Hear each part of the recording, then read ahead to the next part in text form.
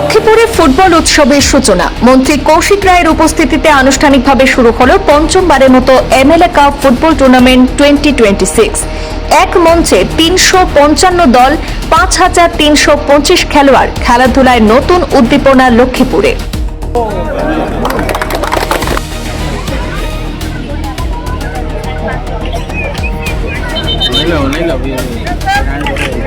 রবিবার লাবক চা বাগানের খেলার মাঠে আয়োজিত উদ্বোধনী অনুষ্ঠানে প্রধান অতিথি হিসেবে উপস্থিত ছিলেন মন্ত্রী কৌশিক রায়।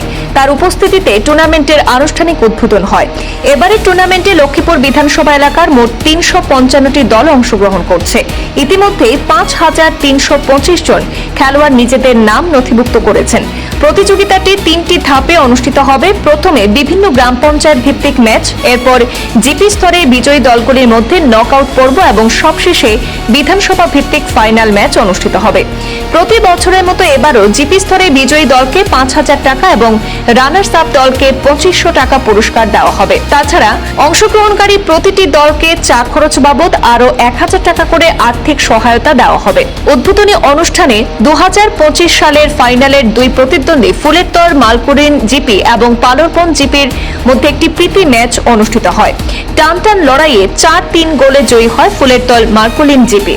অনুষ্ঠানে উপস্থিত ছিলেন লক্ষ্মীপুর সমজেলা আয়ুক্ত ধ্রুবজ্যোতি পাঠক, কাছাড় জেলা বিজেপির সভাপতি রূপম সাহা, সহ সভাপতি সঞ্জয় কুমার ঠাকুর, এপিএল বরাকবেলি ডিভিশনের CEO Bibek Poddar, Dewan group of টির জেনারেল ম্যানেজার, 3 জেলা পরিষদ সদস্য, বিভিন্ন গ্রাম পঞ্চায়েতের জনপ্রতিনিধি এবং বহু বিশিষ্ট ব্যক্তিত্বরা। আর 2022, 23, 24, 25 করে আমরা 2026-এ এবার পঞ্চমবারের জন্য আমরা এই টুর্নামেন্টে এখানে আমরা আয়োজন করছি।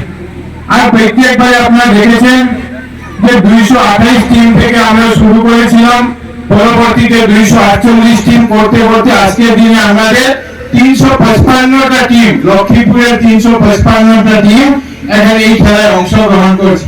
প্রথম বছর যখন আমাদের এখানে প্লেয়ার্স রেজিস্ট্রেশন হয়েছিল সেটা 2508 জন ছিল এবং আজকের দিনে 5325 জন প্লেয়ার এখানে অংশগ্রহণ করেছে।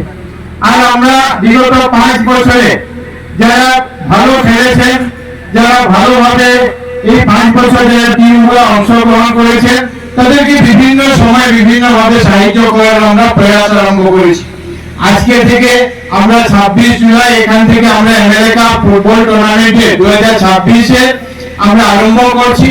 প্রথমে জিপি পর্যায়ে প্রত্যেক বছরের মতো জিপি পর্যায়ে খেলা আরম্ভ হবে আর জিপি পর্যায়ে খেলা শেষ করার পরে বিধানসভা ভিত্তিক যে খেলা সেই বিধানসভা ভিত্তিক খেলা আমরা আরম্ভ করব।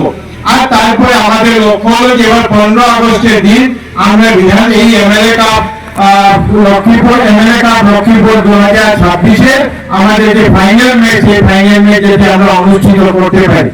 এখানে আজকের দিনে যারা টিমরা এখানে অংশগ্রহণ করেছেন সবাইকে আমার অভিনন্দন জানাচ্ছি, শুভেচ্ছা জানাচ্ছি। চেষ্টা এটাই যে লক্ষ্মীপুর থেকে যাতে আমরা ভালো সংখ্যক প্লেয়ারকে আমরা বের করতে পারি।